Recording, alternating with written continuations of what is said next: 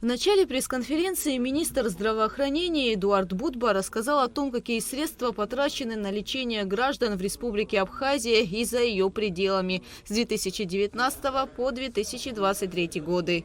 2019 года было потрачено на тот период 39 миллионов 996 тысяч рублей, за 2020 год 40 миллионов 956 тысяч рублей, за 2021 год уже 76 миллионов 208 тысяч рублей, за 2022 год 102 миллиона 605 тысяч рублей и за 2023 год 174 миллиона 598 тысяч рублей. Вы видите, какая динамика большая по цифрам, какой объем финансовых средств тратит государство на лечение наших граждан. В этом году более 700 граждан получили помощь по линии медицинского страхования. Почему, вы спросите, такая цифра? Потому что есть граждане, которые не находятся постоянно на территории Абхазии, находятся за пределами, в Российской Федерации, также пользуются этими привилегиями, пользуются полюсами обязательного медицинского страхования, обращаются в российские клиники. Мы в плотном взаимодействии с нашими гражданами. В любом случае, если нужна помощь, где бы пациент ни находился, они обращаются в Минздрав Республики Абхазия. Минздрав оказывает содействие по всем направлениям, по всем клиникам. Министр здравоохранения рассказал, что между Минздравом Республики и Первым Московским государственным медицинским университетом имени Сеченова подписано соглашение о сотрудничестве. Кстати, граждане Абхазии уже проходят лечение в медучреждении. Буквально несколько дней назад пациентка поехала по полису обязательного медицинского страхования, получила процедуру стентирования коронарных артерий. Это вот буквально было в течение каких-то нескольких дней назад. И также мы работаем и с Российским научным центром хирургии, это ведущий российский центр хирургии, тоже общался с академиком, с руководителем этого подразделения, тоже есть понимание. Несколько пациентов уже поехали в это лечебное учреждение и получили необходимую медицинскую помощь. Что касается тех граждан, которые ездят в ближайшие наши к соседям, имеется в виду по Сочи, по Краснодарскому краю, также есть понимание в этом формате. Мы в плотном взаимодействии с нашими российскими коллегами. Отдельно хочется поблагодарить Минздрав Российской Федерации, коллег из Российской Федерации, которые в круглосуточном режиме, можно сказать, мы можем выходить с ними на связь. Главная цель – вывести медицину в республике на новый уровень. Для этого Минздравом при поддержке руководства страны принимаются необходимые меры, подчеркнул министр здравоохранения. В уходящем году для лаборатории Республиканской больницы и Национального онкоцентра закуплено оборудование на общую сумму 35 миллионов рублей. И стойки хирургические, это и видеомониторы, и дополнительно мы проговаривали о том, что будет комплекс, новое операционное оснащение.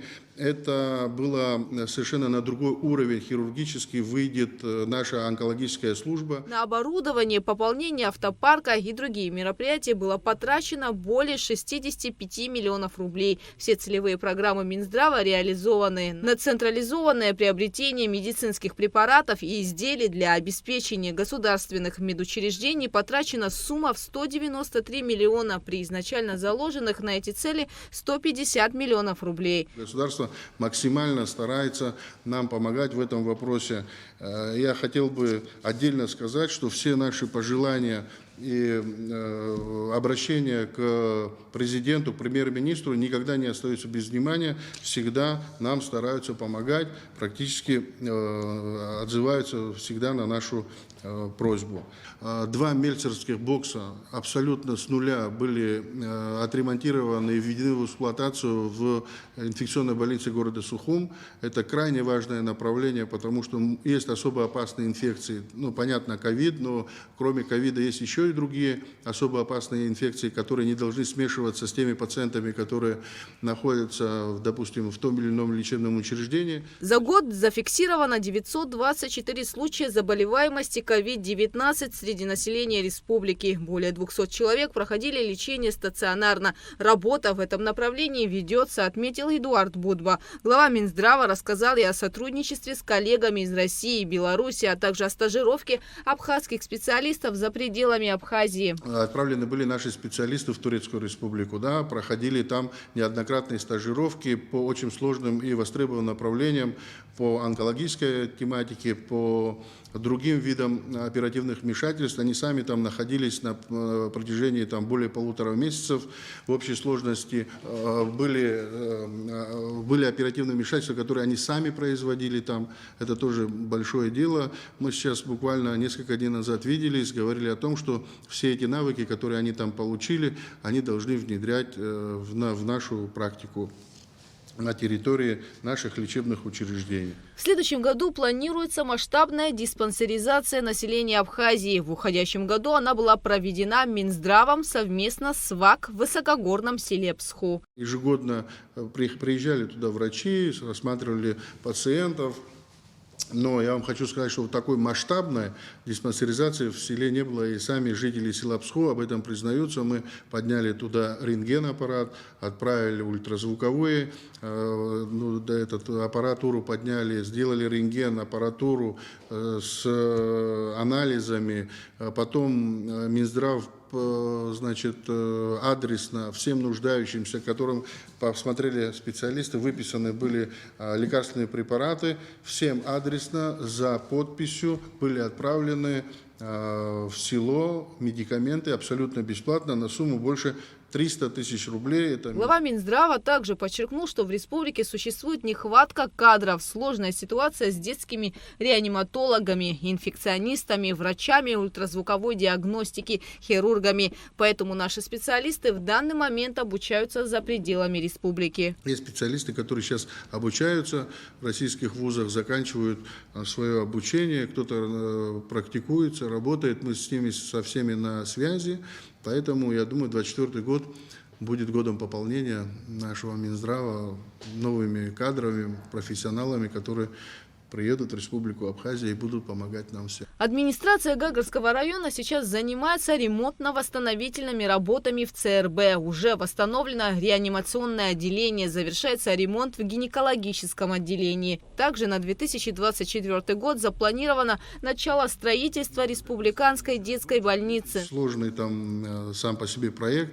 Мы долго совещались, мнение Минздрава было нацелено на то, чтобы построить это все на территории республиканской больницы, чтобы сделать один клинический городок, чтобы удобно было и взрослому населению, и детскому населению оказывать помощь на одной большой площадке. Это территория республиканской больницы. В уходящем году 20 женщинам была проведена процедура ЭКО на территории Российской Федерации. По словам главы Минздрава, в этом направлении ведется активная работа. Вот тут недавно приходила мама с малышом, показывала его мне.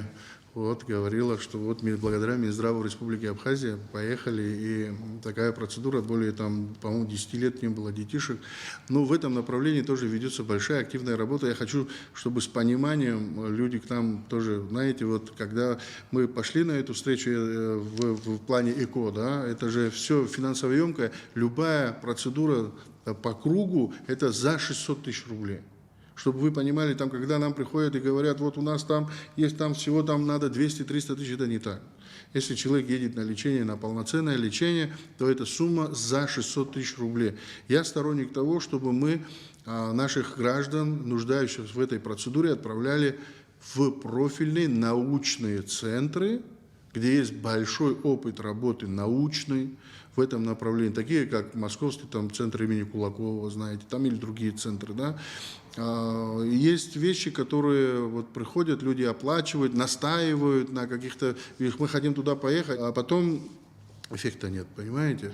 Надо в этом плане тоже очень взвешенно и обдуманно подходить. Существует проблема с детской вакцинацией, что и вызвало рост заболеваемости коклюшем. Сегодня можно зайти в интернет и там вычитать абсолютно неверную информацию, абсолютно недостоверную информацию. Кто-то какие-то взбросы делает, антипрививочные, там как их назвать, я не знаю, но они недостоверную информацию там пишут. Не надо черпать эту информацию. Мы все дети Советского Союза, вот и лично я, мы все привиты, все по календарю прививок. Не бойтесь этого. У нас прививки хранятся должным образом, доставляются должным образом, температурный режим сохраняется, врачи осматривают. Если есть противопоказания для прививок, ну, врач посмотрит, есть медотводы, это не говорит о том, что все поголовно должны быть прививаться, но прослойка, иммунитет, он должен быть. В рамках пресс-конференции были затронуты и другие важные темы, касающиеся здравоохранения Республики Абхазия. Гугут Саварданя, Тимур Гогохия, Абхазское телевидение.